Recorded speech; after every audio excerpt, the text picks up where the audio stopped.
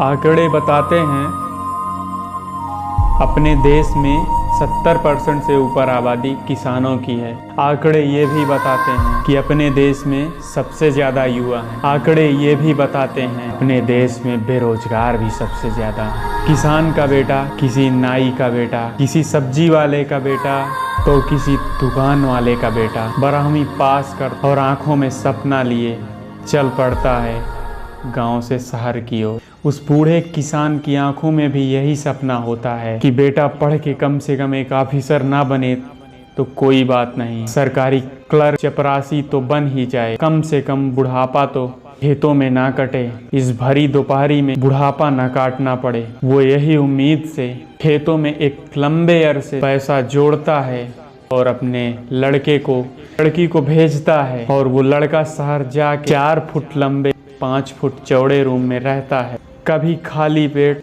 तो कभी दाल रोटी खा के वह दिन रात पढ़ता है। नतीजा यह निकलता है वैकेंसी आती है, फार्म तो भरे जाते हैं, एग्ज़ाम का कोई तारीख एक जन्म तक नहीं आता। चुनाव आते हैं, वैकेंसियां उसके पहले ही आती हैं, चुनाव हो जाता है, नतीजे आ जाते हैं, लेकिन वैकेंसी का क्लियर होने का बाद छोड़ो साहब, एग्ज़ाम का डेट नहीं आता। फार्म भरा लिए जाते हैं, पेमेंट करा लिया जाता है, पैसा लूट लिया जाता है। किसान का बेटा हो, दुकानदार का बेटा हो, सब्जी वाले का बेटा हो, सबसे बराबर पैसा ले लिया जाता है। लेकिन रोजगार के नाम पे वही एक उम्मीद दे दी जाती है। 2019 के लोकसभा चुनाव से पहले एनटीपीसी में वैकेंसी आई, रेलवे में वैकेंसी आई, यूपी पुलिस में 2 बार वैकेंसी आई। क्लियर कितनी हुई? एनटीपीसी का भी एग्ज़ाम का डेट जैसे चांद पे चला गया हो, रेलवे वालों का भी कुछ क्लियर नहीं।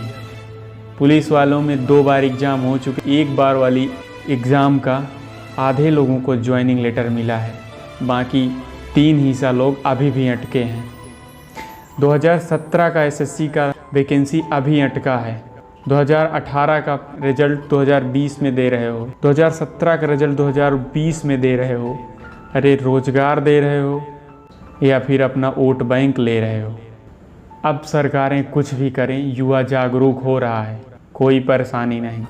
अब एक क्रांति होगी, एक क्रांति की लहर आएगी।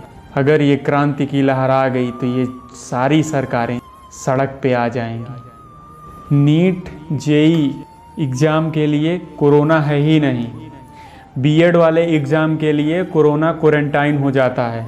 यूपीएससी का वैकेंसी आता है, क्लियर हो जाता है, उसमें कोरोना का कोई वो नहीं, सिर्फ एसएससी रेलवे में ही कोरोना काल रहता है। पता नहीं ऐसा कब तक चलेगा, लेकिन अब एक क्रांति मुझे लग रहा है कि आने वाली है, क्योंकि युवा जागरूक हो रहा है और अब सड़कों पे आएगा युवा और क्रांति करेगा। तो ये जो सरकार वोट बैंक बना रही है ना, तो समझेगी कि युवा अगर एक हाथ से वोट देना या लाइक करना जानता है तो दूसरे हाथ से डिसलाइक करना भी जानता है। चलता हूँ और आप सब अपना ध्यान रखिए और इस कोरोना के समय में खुद को सुरक्षित रखिए।